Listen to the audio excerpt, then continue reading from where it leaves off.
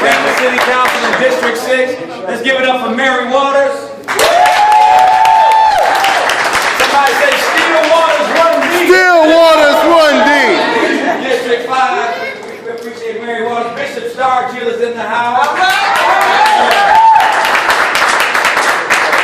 Tijuana Morris, Police Commissioner. I think that's all my candidates.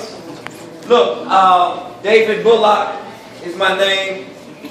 I'm running for Detroit City Council at large. At large. Those of you who made those commitments, please see Valerie. I appreciate you in advance. Those of you who supported the campaign thus far and supported it tonight, I want to say thanks. I got like a 2-minute speech I want to give, and then we can get back to having some fun. My birthday is tomorrow. Happy birthday!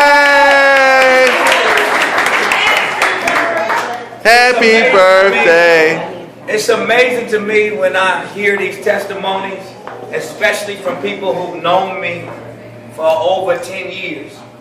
People meet me now and they think that somehow the person that I am today is a function of Rainbow Push or the NAACP or my church.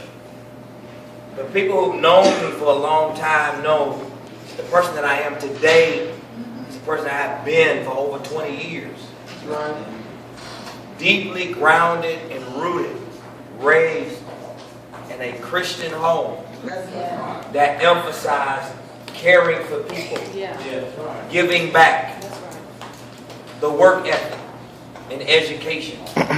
In many ways, I run for council and do what I'm doing today because I was honored to have a wonderful mother by the name of Joan Bullock, who died in 1993 from breast cancer. But I am her legacy. She gave her life for the city of Detroit.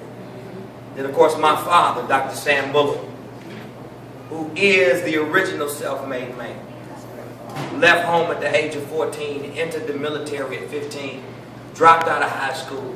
After the military, got a GED, went to Highland Park Community College in 1971. After coming to Detroit in 1969. Not a minister, delivered Coca-Cola for Coca-Cola. Taught in the Ferndale school system. Called to preach, went off to Boston. I was born there while he was there. At Andover Newton. Harvard didn't give him any money. He would have went to Harvard, but they didn't give him any money. Born in Boston. He came back in 82. I was about 5 years old. I grew up in Detroit, but I am their legacy. These are people who love people. And at the end of the day, my campaign is about people. Because my life is about people. Because I love people. God's people. We are all God's people. And what we're fighting in Detroit is really a manifestation of an international issue. And it is this. The question is, will we dehumanize people because they live in poverty? Will we disenfranchise people because they don't have an elite Ivy School education? Will we deny people fundamental human rights simply because we have a political system that is set up to benefit the elite while the masses drown in misery? So you have 480 Americans that have as much wealth as 180 million Americans. You have a system that seeks to privatize government, make money off of taxpayer dollars, and then scapegoat the workers and the retirees who made the city great. This is not just a Detroit question. This is an international question. So what we do in Detroit really has ramifications for the entire nation. So this is not about whether or not you like me or not. This is about what you want the world to look like. And for some reason, sometimes we are so immature, we only deal with people on a personal level. But whether you like me or not, you have to begin to understand that a vote for me is a vote for you. A vote for me is a vote for retirees. That's right. A vote for me is a vote for working poor. Vote for me is a vote for the people that work at McDonald's and want $15 for minimum wage. Vote for me is a vote for seniors. A vote for me is a vote for youth empowerment. Vote for me is a vote for people who are in recovery. Vote for me is a vote for people who need re-entry programs. Vote for me is a vote for the people. And if indeed the people united cannot be defeated, we're going to find out in November. That's right. Because the question everybody's asking is this: is money more powerful than people? Have people become so jaded, so hopeless, so full of despair and depression that they are willing to sell their souls for a mess of pottage? You know I'm a preacher, so I got to tell you about that fella. Yeah. That's right. Who was the oldest of Isaac. All right.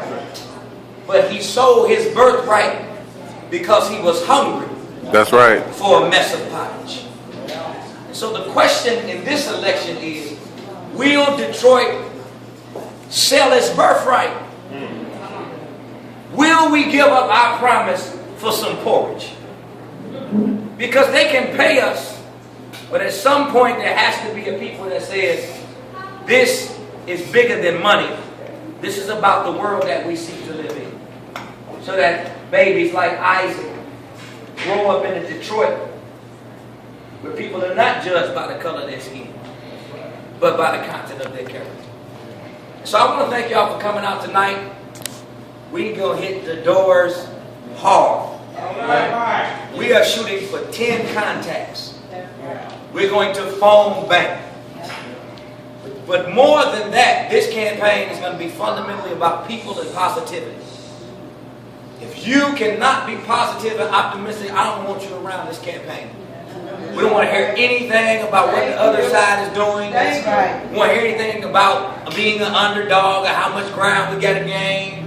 We don't hear anything about how much money people. All we want to talk about is how many doors we hit, how many phone calls we made, how much money we raised, how many people we inspired, right? And how we delivered our message. Woo! Because we got to transform the culture of the people in the city of Detroit. That's what it is. People in Detroit don't believe in people anymore. So we've got to restore the hope. It's not about keeping hope alive. It's about resurrected hope, because hope died a long time ago. We got to restore the hope in people. We got to restore the hope in the process. We did vote against Public Act 4. They did use the very process that we utilized to vote emergency manager down to implement 436 and bring Kevin Orr in. So people say the process doesn't work. So we got to restore hope in the process, but not the corrupt process. The process that Thomas Jefferson articulated when he said, every generation has the right to reinvent government and society for themselves. Snyder should not reinvent or reimagine Detroit. We should. Yeah.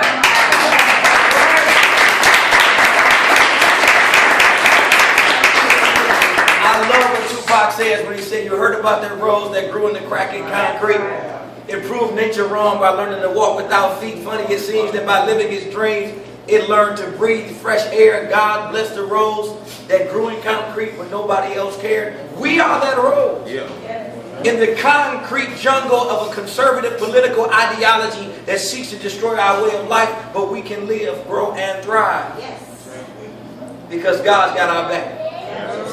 God got our back. We got eternal winds in our sails, and we can move forward as long as we don't turn on each other. So my prayer today is that our team doesn't self-destruct. All right. And that those of you who are in this room but have little faith and are doubters by nature would get a new mind.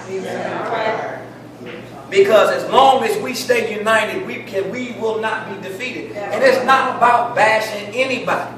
It's not about being anti-Brenda Jones or anti-Chantel Jenkins. They have their record. We will tell the truth. But this is bigger than a personality. This is about building a movement to transform the city of Detroit, the state of Michigan, and the nation. Yeah. What we got to do is we got to bring the Obama momentum to Detroit.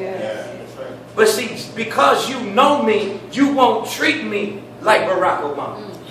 And that's what we've got to overcome. Because you know Isaac, you won't treat him like Barack Obama, because we love to treat people we'll never meet like celebrities and treat people that we meet all the time like they are nothing. But the fact of the matter is that if you all begin to believe that Bullock was Detroit's Obama, I already know victory is mine.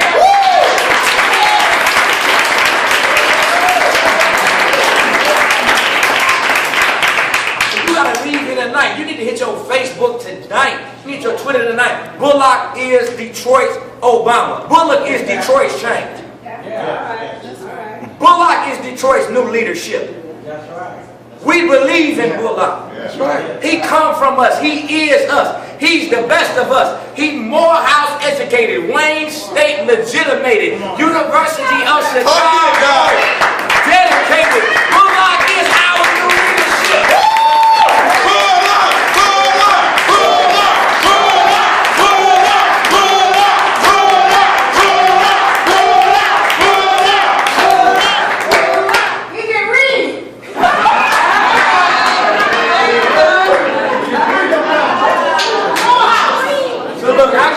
Thank y'all so much. I close with this.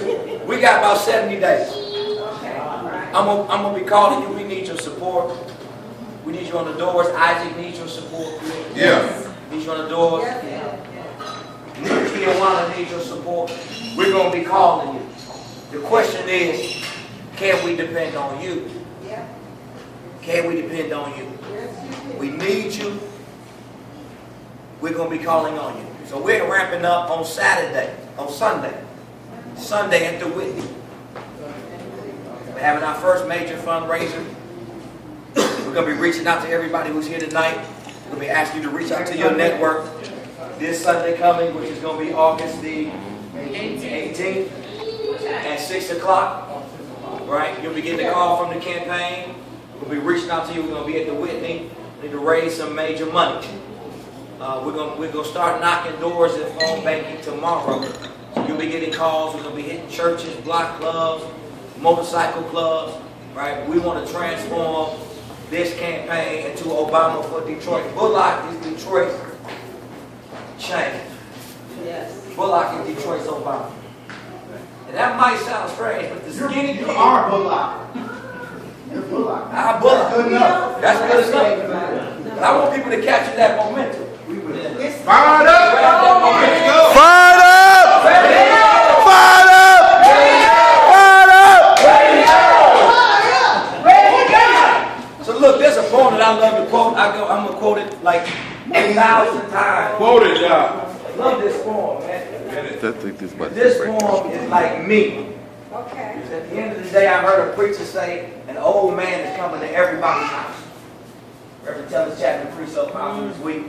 We saw S.L. Jones, who is the original Detroit icon, who could only whisper. And as everybody bowed their head, as he whispered, Pastor Chapman got up and said, an old man and an old woman is coming to your house. So our lives are short. Let's make the most of it. The poem captures that. It says, I have only but a minute.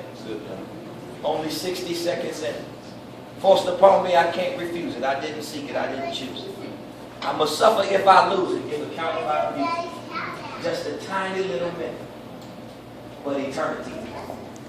If I can help somebody as I pass along, then my living will not be in vain. All right. I take that very minute that God has given me and I can do the best for the citizens of the city of Detroit, and I will have done what God has called me to do.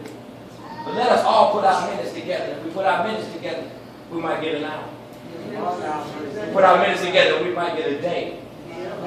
We put our minutes together, we might get a year. It is all about individual minutes that can move the movement forward and make it sustainable, make it successful, and make it superior. So I appreciate y'all tonight.